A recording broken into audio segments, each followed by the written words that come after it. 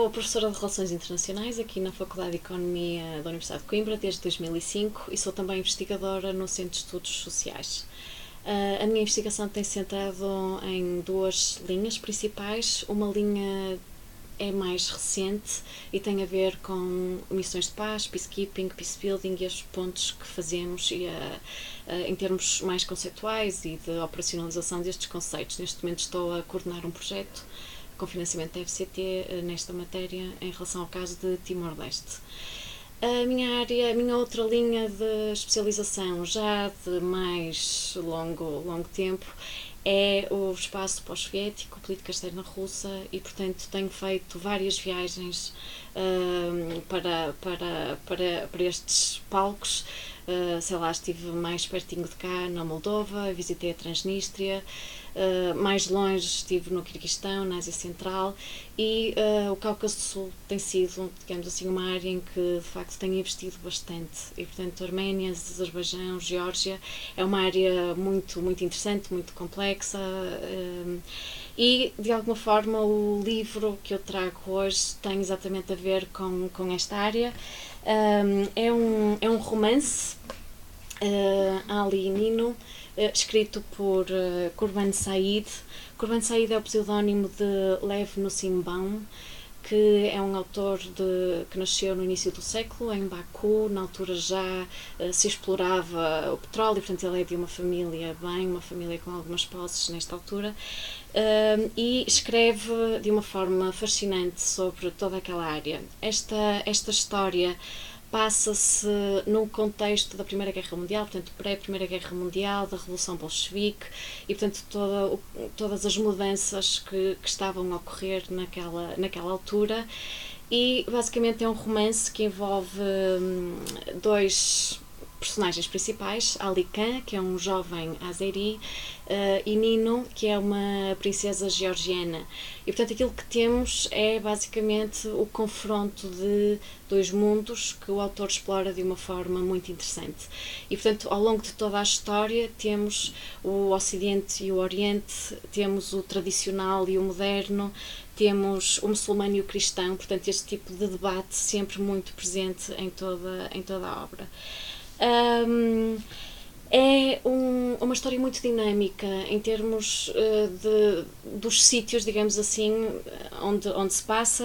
A história principal desenrola-se em Baku, mas depois temos a visita dos dois personagens principais ao Irão, à Geórgia, passa-se também no Daguestão, etc. Portanto, é uma história muito dinâmica, onde se reflete claramente a encruzilhada que esta região é em termos de culturas e de um passado onde várias incursões de povos diferenciados, turcos, persas, árabes, mongóis, etc., acaba por levar à definição de um caráter muito único desta região. A história, não vou entrar em grandes detalhes em termos da história, apesar da minha edição ser uma edição em inglês que eu comprei numa das minhas viagens a Baku.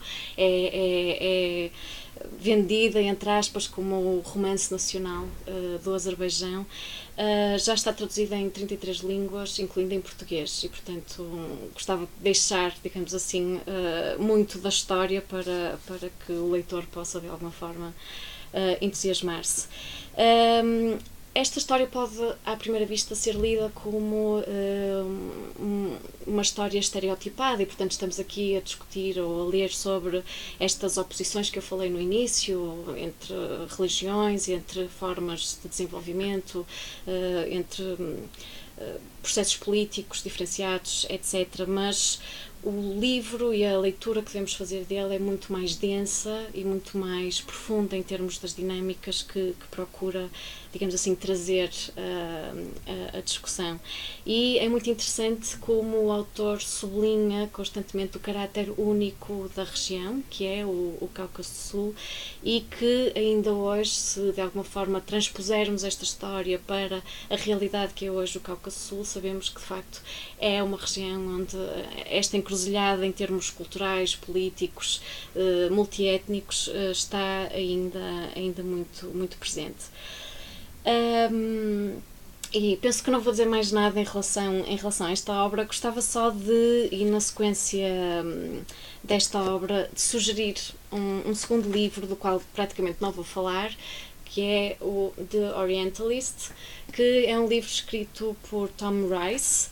E basicamente este livro resulta da busca imensa que este jornalista faz sobre a verdadeira origem do autor de Ali e Nino, ou seja, Kurban Said, que eu disse que é o pseudónimo de Lev Nussimbaum, e basicamente ao longo de quase 10 anos Tom Rice viaja por dezenas de países à procura de informação sobre este autor e tentando, digamos assim, perceber quem é verdadeiramente Kurban Said.